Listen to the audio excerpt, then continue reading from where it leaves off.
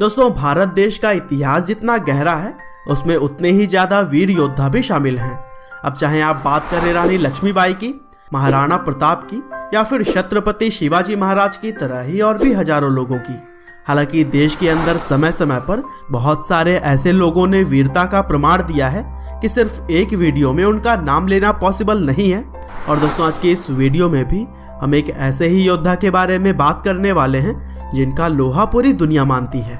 जी हाँ, मैं बात कर रहा हूँ भारत के वीर पृथ्वीराज चौहान की, जिन्होंने अपने आप को कुछ इस तरह से तैयार किया था कि सिर्फ आवाज सुनकर ही बिना देखे हुए वह दुश्मनों पर निशाना साध सकते थे।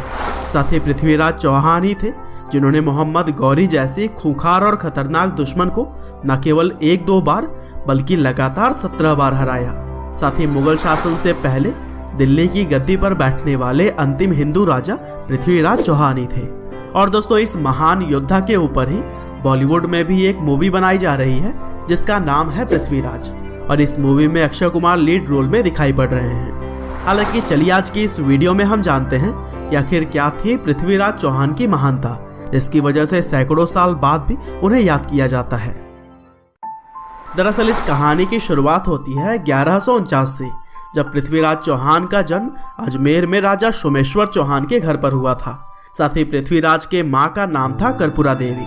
और दोस्तों, पृथ्वीराज चौहान बचपन से ही घुड़सवारी और तलवारबाजी जैसे खेलों के शौकीन थे, लेकिन उनकी जो सबसे खास विशेषता थी वो थी शब्द भेदी बाण चलाना।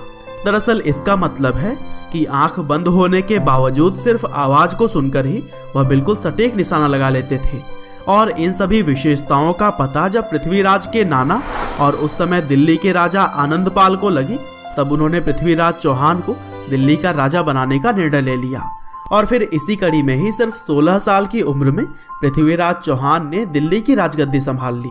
और फिर राजा बनने के बाद उन्होंने एक किले का निर्माण करवाया जिसका नाम था पिथौरागढ़। हालांकि पृथ्वीराज चौहान का बचपन चूंकि अजमेर में गुजरा था, इसीलिए दिल्ली का राजा बनने के बाद भी उनका मन अजमेर में ही अटका हुआ था।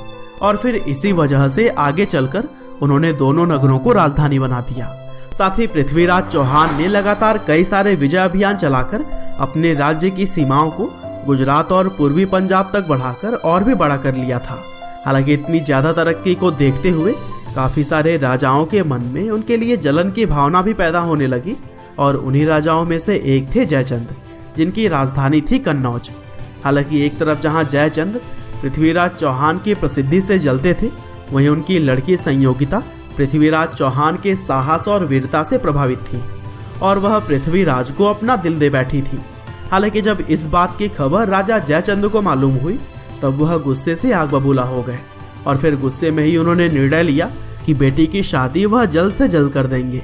और इसी के साथ में उन्होंने पृथ्वीराज चौहान को अपमानित करने की भी प्लान बना ली। और फिर कुछ इसी तरह से जयचंद ने अपनी पुत्री के विवाह के लिए एक स्वयंवर का आयोजन किया, जिसमें कि संयोगिता अपने पसंद के वर को चुन सकती थी। हालांकि राजा जयचंद ने सभी छोटे बड़े राजाओं को निमंत्रण दिया, लेकिन पृथ्वीराज चौहान को उन्होंने छोड़ दिया था। और फिर पृथ्वीराज का मजाक बनाने के लिए जयचंद ने उनकी मूर्ति बनाई और द्वारपाल बनाकर शादी मंडप के गेट पर खड़ा कर दिया। हालांकि जब इस बात की खबर जयचंद की बेटी को पता लगी, तब वह बहुत ही दुखी हो गई। हालांकि वर चुनते समय उन्होंने किसी के गले में माला न डालकर पृथ्वीराज चौहान की मूर्ति को पहना दिया। और फिर यह सब कुछ देखकर विवाह के लिए आए सभी राजा हक्के बक्के रह गए थे। लेकिन दोस्तों, असल कहानी तो तब शुरू होती है जब मूर्ति के पीछे से सच में पृथ्वीराज चौहान निकले, और फिर वह संयोगिता को अपने घोड़े पर बैठाकर वापस आ गए। हालांकि दोस्तों, इसी दौरान अफगानिस्तान का शासक मोहम्मद गौरी भारत की तरफ बढ़ रहा था, और उसने पश्चिम पंजाब तक अपना शासन भी स्थापित कर लिया था। और फिर पृथ्वीराज चौहान की सीमा भटिंडा के किले पर भी उसने हमला बोल दिया। हालांकि जैसे ही इस बात की खबर राजा को लगी, तब वैसे ही वह अपनी सेना को लेकर भटिंडा पहुंच गए। और दोस्तों, एक और जहां मोहम्मद गौरी की सेना जीत के नशे में चूर थी, वहीं पृथ्वीराज चौहान की सेना देशभक्ति में भरी हुई थी। और फिर पृथ्वीराज चौहान और मोहम्मद गौरी के बीच हुए युद्ध में मोहम्मद गौरी को मुंह की खानी पड़ी। हालांकि इस युद्ध के बाद भी मोहम्मद गौरी ने लगातार 16 बार आक्रमण किया, लेकिन हर बार ही उसे हार का मुंह देखना पड़ता था।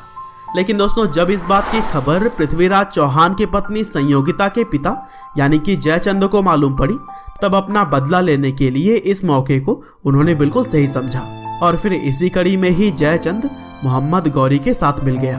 और फिर 2 साल के बाद से 1192 में मोहम्मद गौरी ने पृथ्वीराज चौहान को एक बार फिर से युद्ध के लिए ललकारा और इस बार मोहम्मद गौरी के पास 1,20,000 सैनिकों की विशाल सेना थी। हालांकि इसके बावजूद भी पृथ्वीराज चौहान ने उसे पिछली हारों को याद दिलाते हुए वापस लौट जाने की बात कही और फिर मोहम्मद गौरी ने पृथ्वीराज चौहान को धोखा देने के लिए अपनी सेना भी थोड़ी सी पीछे ले ली। और इसी वजह से पृथ्वीराज चौहान को यह लगा कि मोहम्मद गौरी उनकी बात को मान गया है।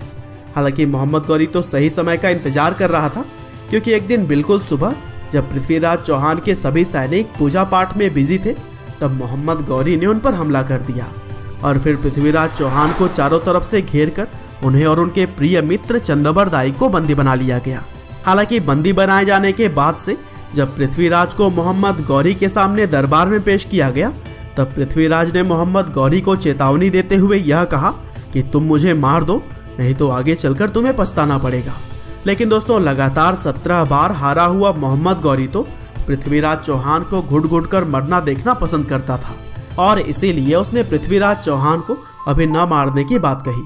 हालांकि दरबार में पृथ्वीराज चौहान सीना तान कर खड़े थे और यह देखकर मोहम्मद गौरी ने कहा कि तुम राजा के दरबार में खड़े हो, अपनी नजरों को नीचे रखो। हालांकि इसका जवाब भी पृथ्वीराज चौहान ने ऐसा दिया कि सभी के रोंगटे खड़े हो गए। उन्होंने कहा कि एक सच्चे राजपूत की नजरें केवल मौत ही झुका सकती हैं। और फिर इस बात को सुनकर मोहम्मद गौरी ने गुस्से में आकर पृथ्वीराज चौहान के आंखों को फोड़ने का आदेश दे दिया और फिर आखिरकार उन्हें अंधा करके जेल में डाल दिया गया।